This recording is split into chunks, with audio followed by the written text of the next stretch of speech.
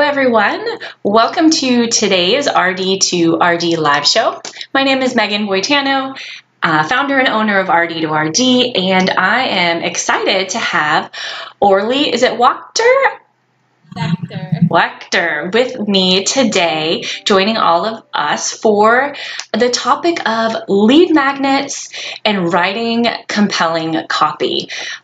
This, I think, is an easy to overlook topic that, as nutrition experts, we often are good at writing in a very technical way, but in order to attract clients and bring, new buyers to whether it's our products or our services, we have to write in a compelling way. That's something we're really not familiar with. So I really wanted to make this topic as comprehensive as I could, and not just lead magnets and not just talk about copy. We're going to kind of roll those two topics in together today. So I have Orly on today, and I often like to start with a little bit of the why.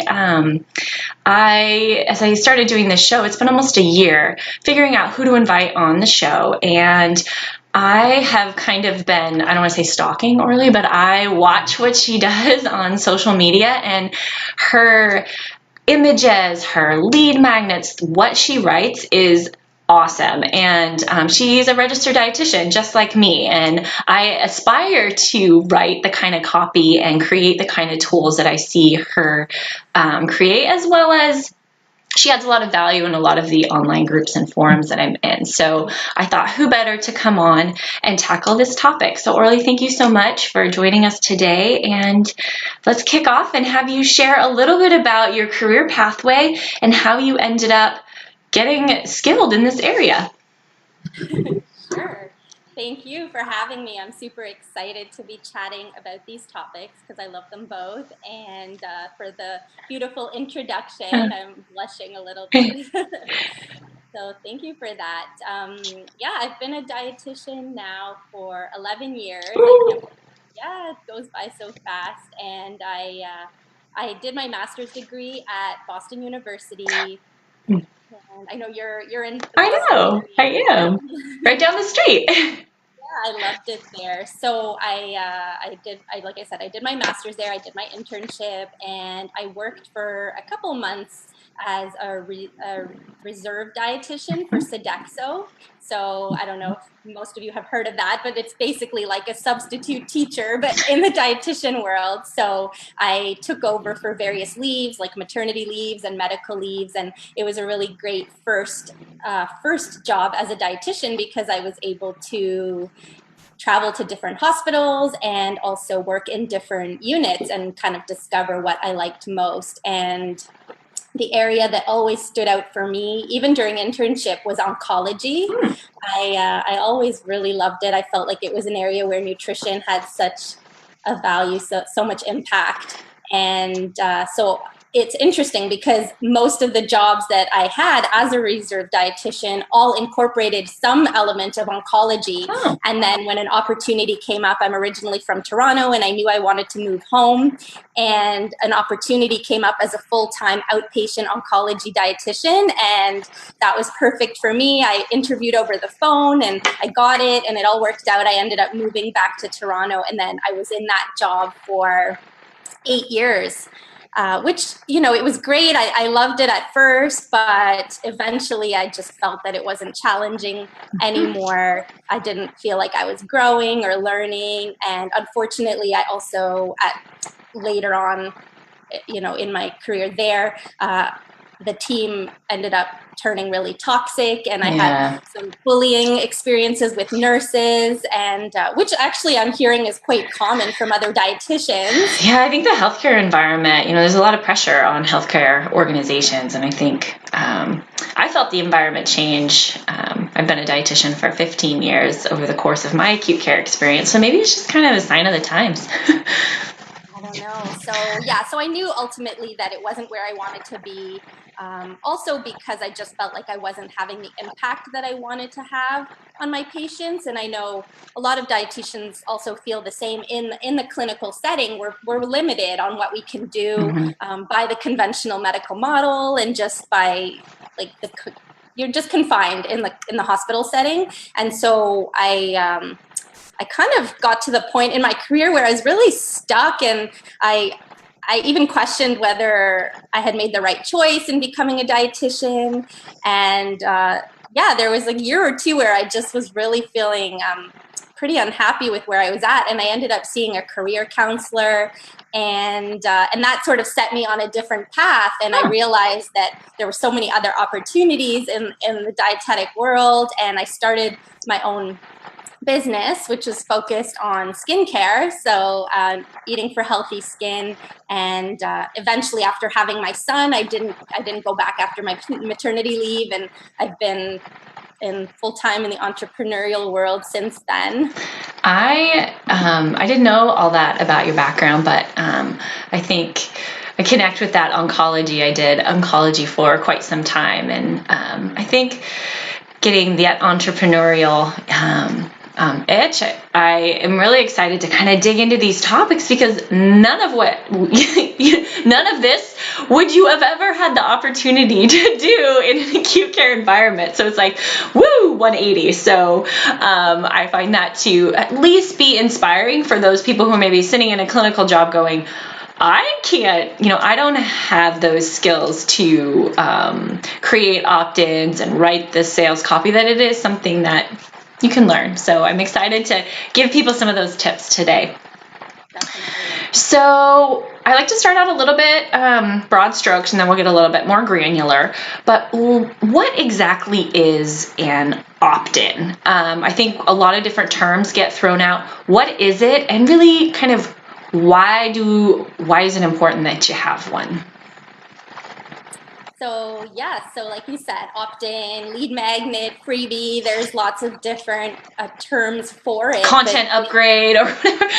Yeah, exactly. There's just a lot of different terms for it, but it's basically an incentive for somebody to provide their email address.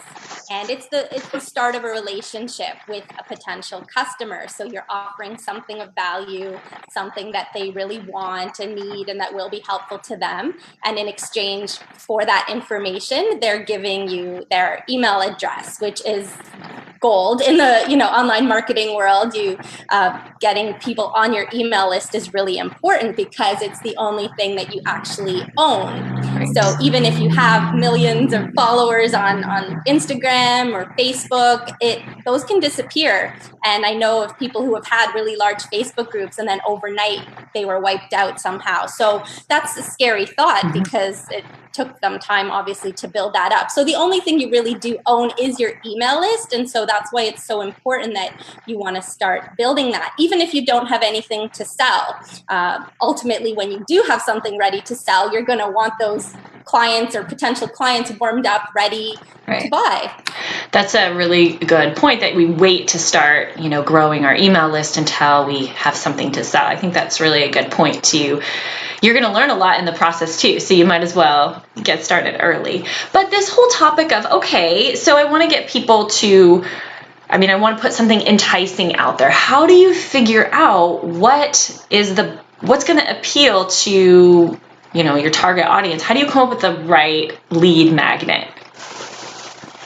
Good question. And there's definitely a lot behind that. And first of all, I would say, if you're not clear on your niche and who your target market is, that's where you want to start, by getting clear on who it is that you're trying to help. But if you already know that, then the next step is doing really extensive market research. And I will say that I think that's an area that a lot of, not only dietitians, but just a lot of online entrepreneurs are sort of missing, because it's not sexy like market research. It's not the logo and the font and all the pretty things, but it's the most important thing you can do. We really shouldn't skip market research, and that can happen in a lot of different ways. I was going to say, that's kind of one of those like industry jargony terms, and it sounds kind of, I don't know how to do market research. So let's break it down. I think you were already starting. Yeah. So basically, it's talking to the people that you want to help. So say you're targeting, I'll just use my example in my skincare business. So I want to help people who are having trouble with their skin. So those are the people that I want to talk to. And you want to get more specific. Like, is it like teenagers? Is it adults with acne? Is it psoriasis? Like you depending on what the case is for you, but you do want to get specific, and then you want to talk to those specific people. So you can do surveys. I mean, surveys are great, but if you don't already have a list, it's kind of hard to do a survey. So you can find Facebook groups where those people might be hanging out, and put some questions. I mean, first you want to obviously introduce yourself in the group, but put some questions in there. And ideally, if you can get on the phone with people, that's even better, because then you can ask probing questions, dive deeper, and you want to pay really close attention to the language that they're using. Because that, when we talk about copywriting a little bit later, that the words they use is pure gold. Like, that's what you're going to use in your copy. So let's back up to getting into some of those groups and asking those questions. So how do you kind of throw your line out there, right? You're kind of, trying to gather some information without being, I don't know, weird about it in different groups. So give me maybe a couple of examples if you can think of anything. Of how to ask. Yeah, so if we're staying on the topic of like skincare, let's say you're in a Facebook group that focuses on natural based skincare products or things for kids. There's a million, I can think of a ton of different skin related Facebook groups. What would you throw out as a way to kind of, cultivate some, more information, market research? Yeah, so first of all, I mean, you do want to look at the rules of the group, because I know some groups are a little bit particular about not allowing that kind of thing, but a lot of groups are totally open to it. And it's not, at that point with the market research, you're not selling anything, you're not promoting anything, you're really truly trying to just get information. So I don't see anything wrong with it, but like I said, you should double check the group rules. Mm-hmm. And then you can just, once you introduce yourself in the group, and it's always great to also just be helpful, right? To look through the group, find posts that you can help and provide useful information to people. And that way your name kind of comes up in the group a lot. You get known as somebody in the group. And then because it's always good to provide value before you ask for something in return. And then I would just put out a post like, I'm a skincare dietitian, I'm in the process of creating a new program, or I want to know how I can serve you best, and I'd really love to talk to somebody. And then you want to list out bullet points, like just to identify exactly who it is, so that people reading it will either read it and be like, oh, that's me, or like, no, that doesn't apply to me, because you want to talk to the right people. Right. So I would put some bullet points like, you're an adult woman who's been struggling with acne and is sick of like going to the dermatologist and not getting results. And I would just break it down into bullet points and then say, if this sounds like you, I'd really love to have a quick 10-minute chat with you. And you can provide something if you have something to give them in exchange. Like I could give them a recipe book or something that you think will be valuable, then you can do that. But if not, I mean, a lot of people are really open to sharing their story and what they're struggling with. It's a great point. I think there's so much gold in a lot of the Facebook groups as far as honing in on the type of words that people use. You see how you as an expert wouldn't choose those words to describe the problem, but when you're in those groups, you're like, oh, that's how they describe their problem. The same questions get asked over and over. I mean, you really don't have to reinvent the wheel going through some of those groups and then getting involved, right? You don't want to be that person who like jumps in when you have a new product, and you're not going to reap the benefits of being an engaged member of groups by just, pushing your product on the one day they allow it. It's being a member of the group. So it's a really good point.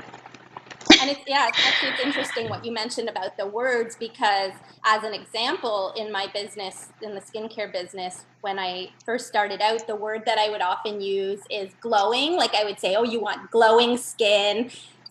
Sounds nice, right? But when I actually talked to more people, the number one word they used was clear. Oh. They wanted clear skin. So then I started using that word a lot more.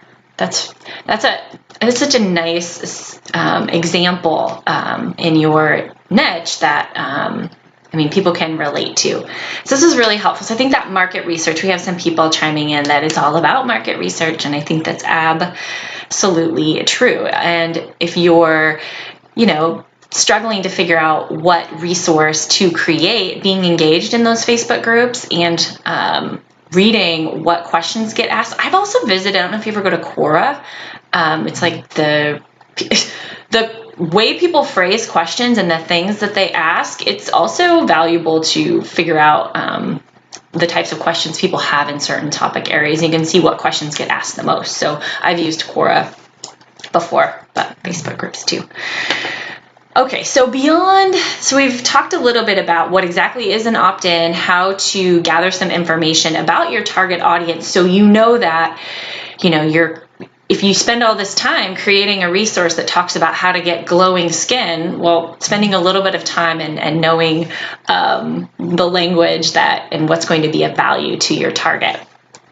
So there's a number of things to think about when you're putting your opt-in together, such as things like landing pages, posts for social media. There's all of these things that kind of have to accompany your opt-in. You're like, so I made this download, so blog posts, automated email messages. How can you kind of take the opt-in and like put it, all those spokes of a wheel, like what are all those other elements that go into, this email, kind of growing your email list and potential customers? So, yeah, definitely. So the opt-in is kind of the first step. It's the thing that's going to hook them. And it can be, there's many different ways of creating an opt-in. So I know one that I really like to use a lot is creating guides or PDFs that are of interest to my target market. But it could be a video, say a 3-day video series. It could be like a checklist or a cheat sheet, or there's tons of different types. Quizzes. People use quizzes. Quizzes are popular. Yeah, people love quizzes. That's a good one.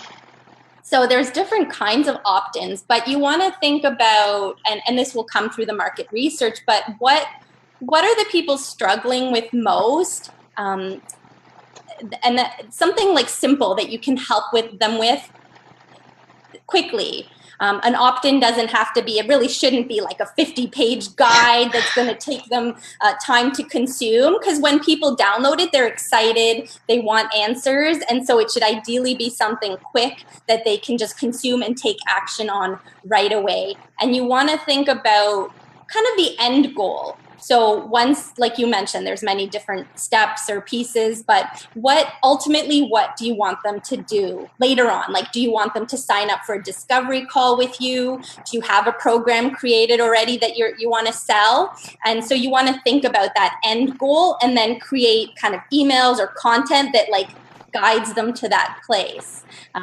What do they need to know about you, your expertise, what other information is important for them to get to that place. And so just an example that just came to mind is like my very first opt-in that I created. It kind of makes me laugh now, but we all start somewhere. So it was a guide. It was blending your way to beautiful skin, and it was basically smoothie recipes to help with clear skin. And it's funny because I had citations, and it was totally like different than the way I write now because I was still stuck in that academic way of writing. But the funny thing is when people are struggling with their skin, they don't look in the mirror and think, wow, I really wish I had a smoothie recipe right now to help me, because most of them don't even maybe know that what they eat affects their skin. What they're thinking is, I wish I had clear skin, or I wish I didn't have to apply all this makeup every day to cover up my skin. So then I created a different opt-in that was 10 ways to get clear skin right now. And that was like a much more successful opt-in. So you want to think about, what's the person really struggling with? Like, what are they thinking about? Exactly. In that moment. Yeah, I saw a great resource yesterday. It was a lunch packing guide for kids, right? It was like, pick a protein, and in the box it had a list, and then a simple guide where you could put checkbox. It's one page, but it's a very appealing opt-in for, depending on who your target, right? Who your target audience is. So there's tons of options, but I think you're right. That whole smoothie recipes versus, 10 tips to get clearer skin right now, right? That's easy for them to consume. So you mentioned one other thing that I think was important. So you're getting people to opt in and they get on your email list. Then, right, you're going through, we've talked about before, that know, like, and trust, right? Now you have that opportunity to build that relationship further through some email automations. And then ultimately, some of those people go further along in the journey and purchase maybe a paid product from you, or they do book the discovery call, and then you have the opportunity to convert them to into some kind of a paid package or whatever type of service that you offer. What have you learned as you've created opt-ins that works? How do you approach it? With the creating the sequence? Yeah. So I just think, I think backwards. What do I want people to do? And so for me, it's getting on a call. I mean, there's different funnels I have for programs, but the main one that I use is getting people onto a discovery call. And I think that that's a similar model for a lot of dietitians. Right. And so I just think most people, if they don't know you and they've just downloaded a freebie from you, there are some people who will jump right on the phone, but most people won't, because they don't know you well enough. They don't trust you, or just don't really believe that you can help them at that point. So you want to continue. It's like the nurturing of that potential client and building that trust. So by providing further value, it could be some other resource that you've created, like another freebie that you think would be helpful, or it just could be sharing more about your story and why you're passionate about what you do, or why you do the work, why you're helping people with whatever particular issue it is that you help. You want to give maybe some, in another email, maybe give a case study or a testimonial, because social proof is super important. And so you're just going to kind of build to the point where hopefully they trust you enough. And there's people who will sign up for your list and they'll never go further, and that's okay. You're still providing value to them, but there are people that will, and there's no time frame on it either. Like, I've had people get 3 emails from me and sign up for a big program, and then I've had other people be on my list for 8 months and then sign up. Right. So you never know. And I think we've talked a little bit about email marketing, both in the Facebook group, that the value of automated emails, the right email to the right person at the right time. If they decided to opt in for that 10 tips for clearer skin, it's very clear what their problem is. And, they're interested in this. They didn't go, oh, I'm going to download that and save it for later. Probably not. It's probably something they're struggling with right then. That opportunity to send those automated messages rather than waiting and doing it later when the need has passed. So, finding that automated emails get kind of a lot more a lot more open rate and click rate for me than just like general one-off type messages, really filling that need right then and there. It's a really good point. And you said it, it's kind of a one and done, right? You spend the time crafting out what is the sequence of 5 or 7 emails going to look like. And then each and every time somebody opts in, right? Maybe you have a high performing blog post, that sequence just kind of starts. And then you can count on kind of a certain percentage of those people will get on the phone with you. And it's less work kind of in the long run. And you can always tweak it along the way. I mean, you probably will. Mm-hmm. You pay attention to those open rates, and you might want to change up the headline or test different headlines. And yes. If you notice one email that all these people are unsubscribing, well, that's a clue that email's not effective. So you're always going to be tweaking things. Yes, it's a really good point. And that, honestly, you don't have to have it all figured out. I think you made that point of, you don't have to have your sequence completely figured out before you at least set up 1 or 2 automated emails. Like the story about yourself and maybe a little bit about, just get started. You can always make it better. I think as dietitians, we tend to have to wait until it's perfect to set it out into the world. Perfectionism. I don't know what it is about dietitians, but we all seem to struggle with it. to some degree. Yeah, and if you, like you said, you're like, oh my gosh, I'm kind of embarrassed of this first opt-in that I made, that should be the absolute reaction that you should have, because, I mean, that means you did it at the right time. You weren't ready, and you're always going to get better. So I think this is super good point there. So we've talked about some opt-ins that you've used in your practice, and we can kind of segue into, well, you could just put out a message that says, hey, here's 10 tips for clearer skin. Okay, that might get a few takers, but now we need to talk about that compelling copy. So I created this amazing resource, right? I focus on picky eating and kids with sensory issues and the challenges that creates with food and eating. So I could throw out a guide, but I need to connect with my target audience, right? I need to start using their language and creating copy that speaks to them. So let's kind of dissect a little bit about what does that look like, and kind of what are the big components of compelling copy? So I mean, there's a ton, but it's really, again, like, you can't write great copy without first doing great market research and identifying what are the struggles, what are the pain points, what are the desires, like what do they want their life to look like? Like for you, you know, if it's picky eating, what does a pleasant mealtime look like? Yes. And that's really interesting. As I did my own market research as a dietitian, I thought the big things was they were worried about whether their kids were getting enough nutrition. The honest truth is they're more frustrated by the fact that they're just surviving meals, that they want meal times to be more pleasant. That if I focused on solving the issue of, are you worried your kid doesn't get enough nutrition? That wasn't their biggest priority. So I think that market research is so important. So sorry to digress there. Yeah, no, that's a great example. And it's like, you know, I'm sure in your work with them at some point you are going to address the nutrition piece, but you have to hook them with what's important to them. Like just surviving the next meal. I mean, when in a lot of cases. So, yeah.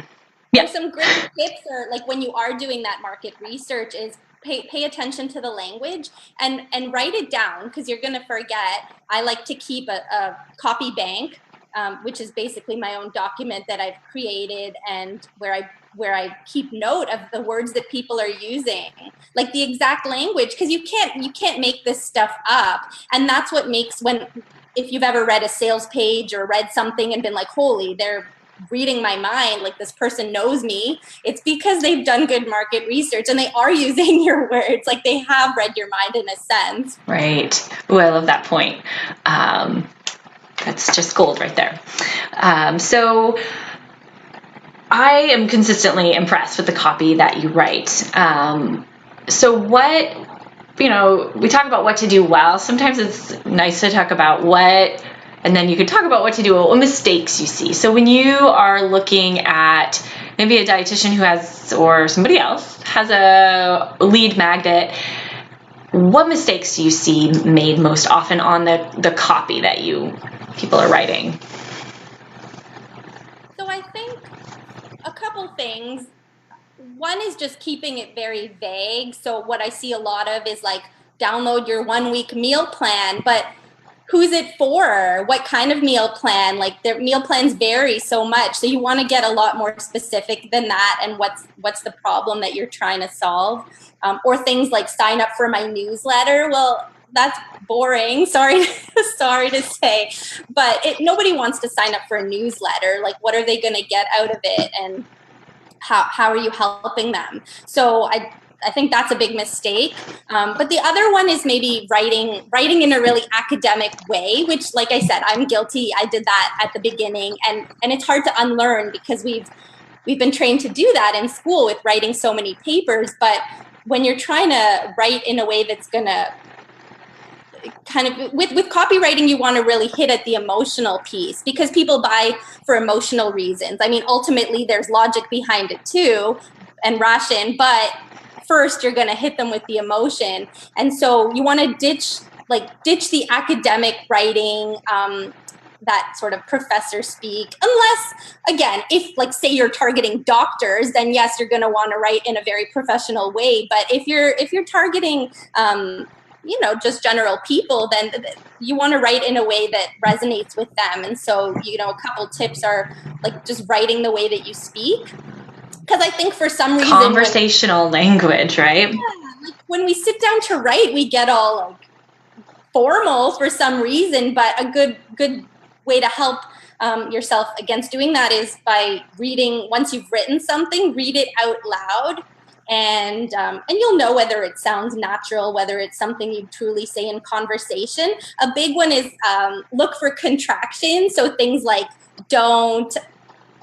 It's like in conversation, you wouldn't go, I do not like to. You'd go, I don't. Right. But for some reason, when we write, we put, I do not. And it just sounds strange and stiff. Yeah. So scan your copy for those. Yeah. I always I've used with my own self, trying to get people nodding along. So they should be connecting. They should be going, yes, yes, yes. Like you've read their mind, that it's something that they would kind of nod to. Like, are you struggling with, right? Would you, being conversational and also painting that picture, that compelling copy helps them see what the future might look like, whether it's the freebie opt-in that you're providing, that's also probably, linked to services that you have, but not making it so grandiose. Like you really just want them to opt in to your item.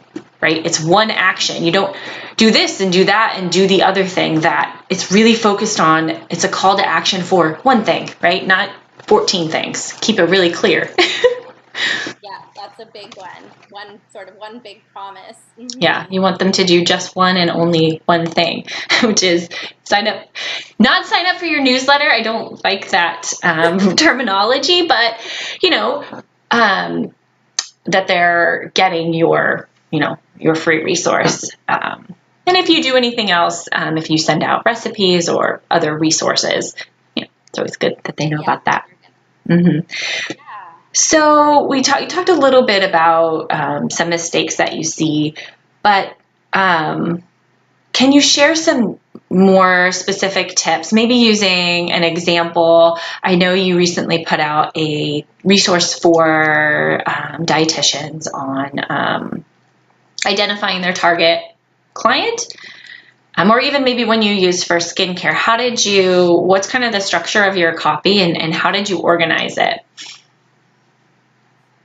In the actual opt-in, or in the for if you're going to create like a social media post, and you're thinking about figuring out what to say in that post that you might turn into an ad on Facebook or Instagram or otherwise. Yeah, so a couple things. I mean, I always refer back to my copy bank, and I scan through it and look at like the words and language that people are using around what they're struggling with, and I pull from that all the time.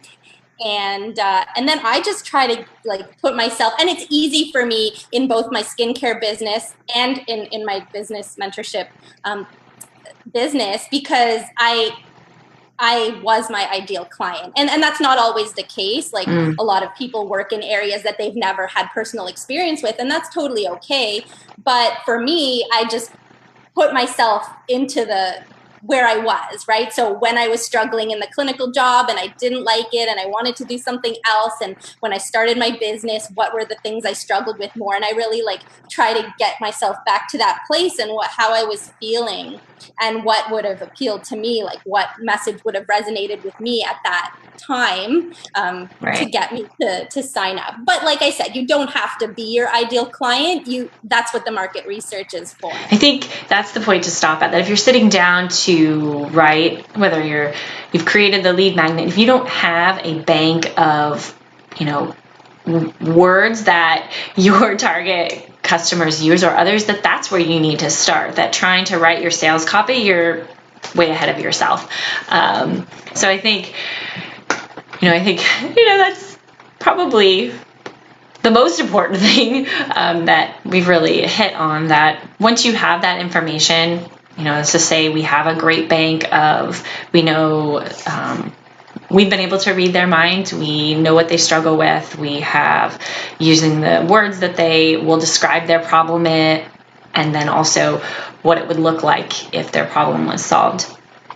So I think that that's really valuable for kind of to hone in on that for the community. So, And one more thing yes. I wanted to add is just to really like be specific.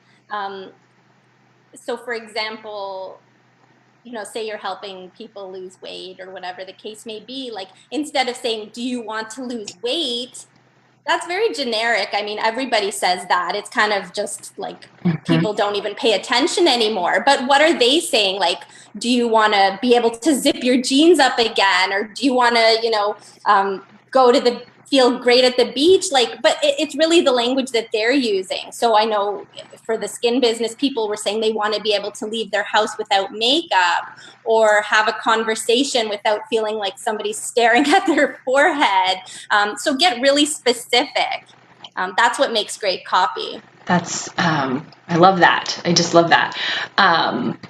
So along the lines, it's practice, right? That this is a new way of writing, obviously doing some market research. What resources? I mean, I, listen to some various podcasts, follow some people. What would you say if people were going to maybe do 3 things, right? What are 3 really great resources they could use to learn more about how to write copy? So I'd say there are some books, some really great books, and one that I really love. It's not even specifically about copywriting, but it's just a great book for any business owner. It's called Influence, The Psychology of Persuasion. It's an old book. Have you heard it? I have. Yeah, so it's an old book, but the stuff in there is timeless, and it's all about the psychology of sort of what. I'll put a link in the notes so that people can. Yeah, it's a great book. It's really interesting, and all the things that we hear about, like social proof and all of that, like there's science behind that, and the book does a really thorough job of breaking that down. So I think it's a great book. Another one that's more specific to copywriting is called Great Leads by Michael Masterson. He's like a really famous copywriter. And so it's more about like how the first sort of the opening of what you're writing is what's really the most important. That's why it's called Great Leads. So how would you say for people who are looking to get more skills in that whole, there's like writing the copy, but that market research and getting into the mind of your target customer, what kind of resources have you found helpful for that? Honestly, I think I just sort of dove into doing it, and I guess I've always had my undergrad degree was partly in psychology. It was physiology and psychology, so I guess I just have always had a personal interest in psychology and figuring out why people do the things that they do. So I can't really think of a book per se that I've read on market research. Okay. And then probably some of it's in that persuasion as well.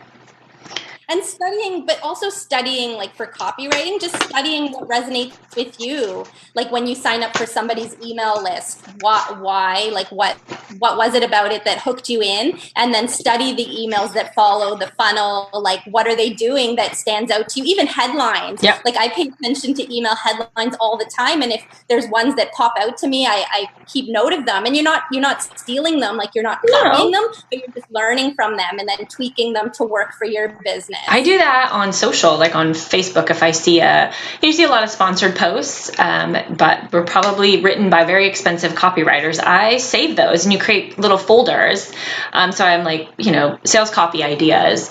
And then when I'm trying to sit down to write, it helps me get in that zone, like break out of my academic writing and really read all of that and get into that juicy spot of being persuasive. So I think you can save examples from other people, whether it's design or copy or, tools and resources. You should always be, I call it R&D, rob and duplicate, but not really duplicate in your own way. Like make it your own. So there really isn't a whole lot new in the world, right? Go out and do some R&D, and make it better and make it specific to your niche or your specialty, but you don't have to recreate the wheel. know, there, like you said, there's very little original, brand new ideas out there. So Yeah. don't feel like you have to be completely unique. No, no. And I know you recently transitioned from, you have your skincare business, but you also have some coaching services, which you hinted at, for dietitians. Talk to me about what need you saw and what made you passionate about kind of offering that, because I think it's kind of was probably a little scary to say, to go from, okay, I've learned a lot, but how do I transition this into, a service for other dietitians? Yeah, so I just noticed that I felt so excited because I have other friends, not dietitians, but just other friends in the online business world, and I always felt so excited when I would talk business. I noticed that it was something that just really kind of lit me up, and I've always also really loved sharing. I feel like I'm an educator. That's my background, and Mm-hmm. I have taught also at the university level to other foreign trained dietitians. So like teaching other dietitians, being a preceptor, it was always something that I really loved to do.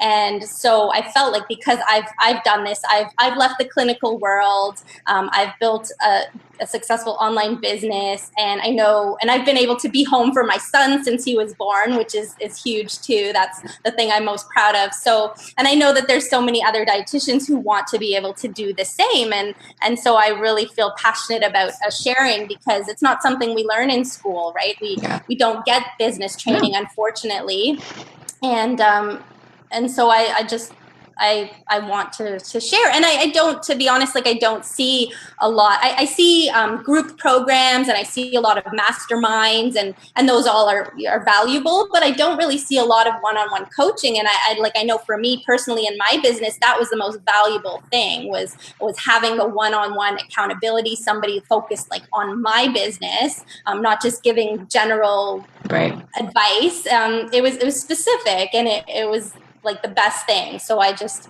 feel passionate about helping and sharing what I know with other dietitians. It's awesome.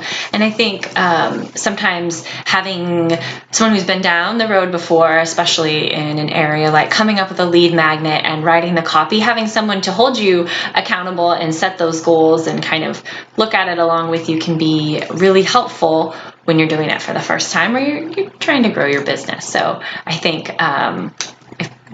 for those of you listening in who want more information about Orly, we've got a link to her. You can share your website where people can find out more about, what resources do you have available for dietitians that they might want to come and download that you think that this community might be interested in learning more about. Yeah, so I have a workbook. It's a narrow your niche workbook, niche, whatever you want to call My it. husband and I were arguing about it and we Googled it and he was like, oh, so I wonder if niche a Canadian thing? I've noticed a lot of Google Canadian. has both of them listed, so we agreed to disagree. So yeah, so it's a narrow your niche workbook. It's got 7 powerful questions to help you get clarity on who it is that you want to serve. So that's a free download. I'll give you the link to share. And then I also have a client attraction guide to help. It's 11 steps to help dietitians to find more clients, which is all important when you have a business. Yes, we'll definitely link to those resources. And also, for those of you listening in, I'm a huge fan of when I see a resource that's in my niche, signing up for that and seeing what happens next, studying the emails that I get, looking at, that process that they're using to kind of nurture that relationship. So, you can, see how Orly created her opt-in. It's great content, but also you can even study the nurture sequence that you're probably going to get after the fact and learn, right? So more suggestions there. I'm a huge fan of I sign up for email lists and really study what that process. If I'm selling a course, if there's I've gotten some really out of the world, amazing nurture sequences and some that weren't as good. And I think you'd never see those emails unless you opt in and follow along and see, oh, that's what I'm not doing. Totally. I really recommend that too. Just studying sequences. Yeah.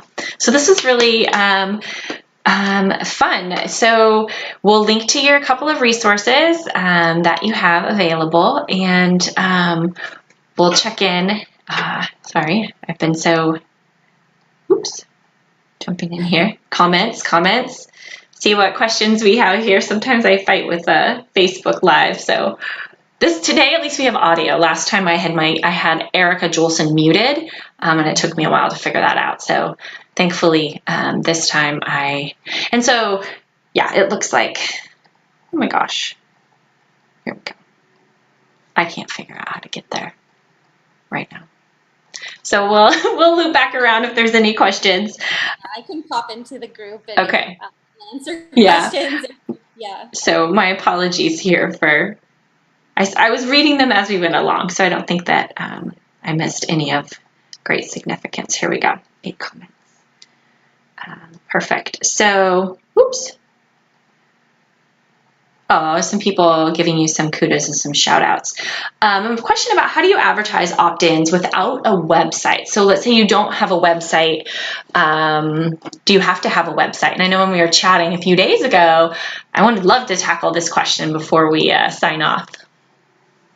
Yeah, I have a blog post all about that, because I think when I started my skincare business, I was all hung up on the website, and I spent a lot of money on having a beautiful website created and the pictures. And honestly, you don't need a website to get clients.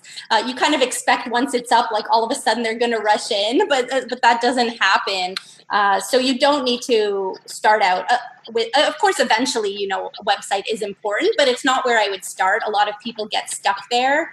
And if you don't have a clear idea of your services and your target audience, then there's really no point wasting your time and money on that. But what you do need is at least one page. It's called a landing page, and you can have that through, I use lead pages, but there's ClickFunnels and there's other ways. Even I think MailChimp has it.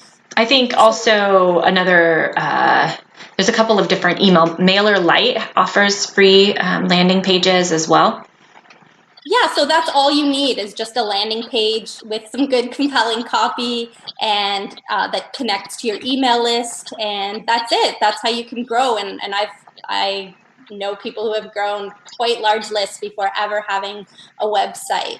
And then you can also, build in those automated email sequences based off of a sign up from your landing page, which always takes a little bit of time to learn, but I think it's a really good point. You'd be better off investing a lot of time in, getting that landing page, getting a good opt-in, and then investing in, I don't want to say investing in your website, but a lot of times you don't know the language, you're not ready yet. Then you're just going to totally have to redesign your whole website a year later because you didn't know what you didn't know when you invested all this money in your website. And the people who help you aren't going to tell you, they're just going to take your money.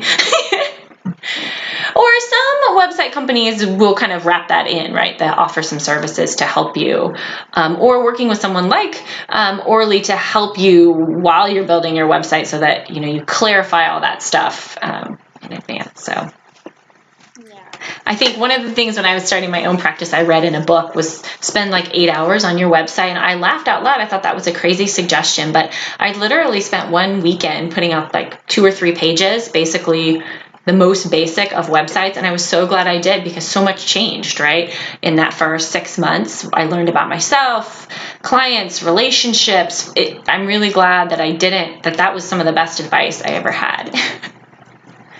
Yeah, definitely. I wish I had known that when I started, because I invested so much in the website, and I don't regret it, but it wasn't necessary at that point, at that early in the game. Yeah, it's a really good point. So, so some questions about what marketing funnels are you using for your sequencing emails? So I'm not really sure touching on Amanda's question about like a specific type of funnel. So another question was about lead pages being the best, kind of your opinion about, could you speak a little bit more to lead pages? We'll tackle that one. I personally really love it, and it was the only another one that I know is very popular is ClickFunnels, and I kind of went with lead pages because I feel it's like you can agonize over all these decisions and MailChimp or ConvertKit or this and that and just like waste a bunch of time, but you just have to pick one and go with it, and they're all going to have pros and cons. So I just personally chose lead pages and went with it, and I'm happy with it. Like, I find it very easy to use, and what I also really like is that they have they have pages already created that are optimized for conversions. So, you know, if I'm hosting a webinar, I'll just go look at the templates and pick one of the best converting ones for webinars, and then you customize it with your whatever, your photos and your colors, whatever the case may be, but the layout is already optimized. And so I've had really good luck with lead pages.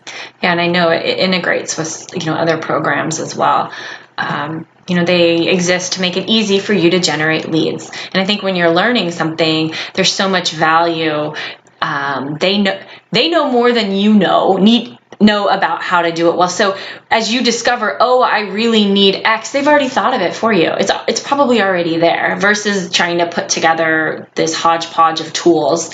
And I think a quote from today is, just pick one and get started. Like, that's out on social media, Orly says, just pick one and get started. Like, I think that's a really good piece of advice, because so much time is wasted agonizing over which one. It's like if you stood at the line and you're going to get a type of tea and you spent 3 days trying to figure out what brand of tea, like, at some point just grab one and go drink your tea. Like, it's time. Just pick a tea and start. Change it later. Just make a decision. Yeah, I mean, these decisions, like you said, they aren't forever, and you can change. What is the benefit of spending the money on a landing page when you can use your website? And I think you started to hint on that being optimized for conversion. So why not just build a page on your website and use that as a landing page? You can do that. It's definitely an option. My website's in WordPress, and like I said, because I had somebody design it for me, other than like uploading blog posts, I don't know how to change a whole lot in there. It's not really, it's not a good use of my time to learn that. So I don't know how to create a page in WordPress, but lead pages is so easy and it is optimized already. So I know I'm going to create something that's much more effective and quicker as well. Yeah. And I think, I mean, you can. I'm not an expert on whether or not to, but I can tell you that the whole purpose is to get people to convert, right? So having those pages that are optimized, I study e-commerce data and looking at checkout screens to, you know, whether or not people will, you know, bump up to a higher price point. All of these things have been studied, and a lot of these tools have the experts in the field designed to really have a product for you that just makes it easy to do it well versus kind of scrambling. WordPress, there are some plugins that you can use. I have a plugin that lets me create landing pages, which I have used. I have one for an ebook, but it isn't optimized. It isn't like, this is a template for an ebook, just drag and drop. I still have to kind of create it from no templates, which it's really nice to have a template.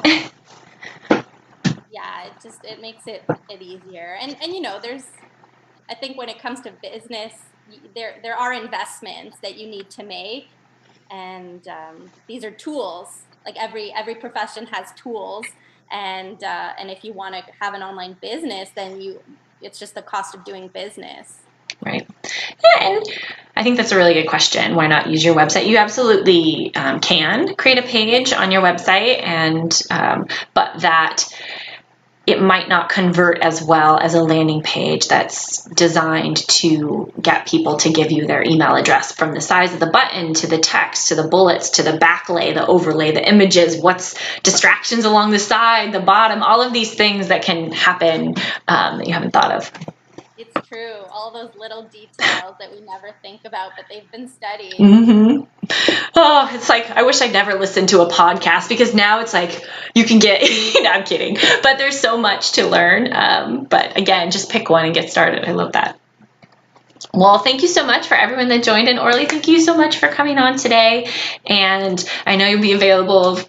Questions continue to come in as we get a lot of people who catch this on replay. You are more than welcome to drop your questions. Even if you weren't here live, we will come back around and we will answer them. And also, Orly has a Facebook group. It's called RD Freedom Seekers.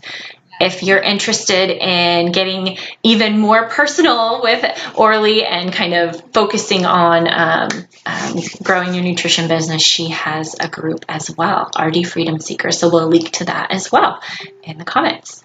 So thank you again for being with me today on the live show. And as I started the show with, I so admire your lead magnets and your copy that you write. So everybody should go to your website and look at that client attraction, as well as the 7 steps to narrow your niche. Just really take a look at how Orly designed them. Get on her email list, check out her follow-up emails.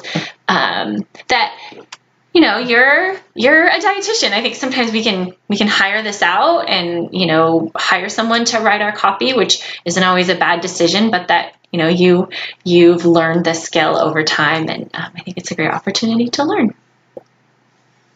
I think it's a really valuable skill for business. Yes. Oh my gosh. So, all right, well, we'll wrap up for today, and then 2 weeks from today in September, really excited, our next guest will be Ashley Thomas. She is the creator of Cook With Me TV, a live stream cooking show that she runs, and now she has other dietitians working with her, and we're going to talk all about live streaming. She does multiple camera angles, and I mean, it's amazing. So she's going to totally break down live how she does a live cooking show, but whether you want to cook or not, the stuff we're going to talk about is really about, you know, doing live streaming well. So we'll see you all back here in 2 weeks. Thanks everyone for tuning in.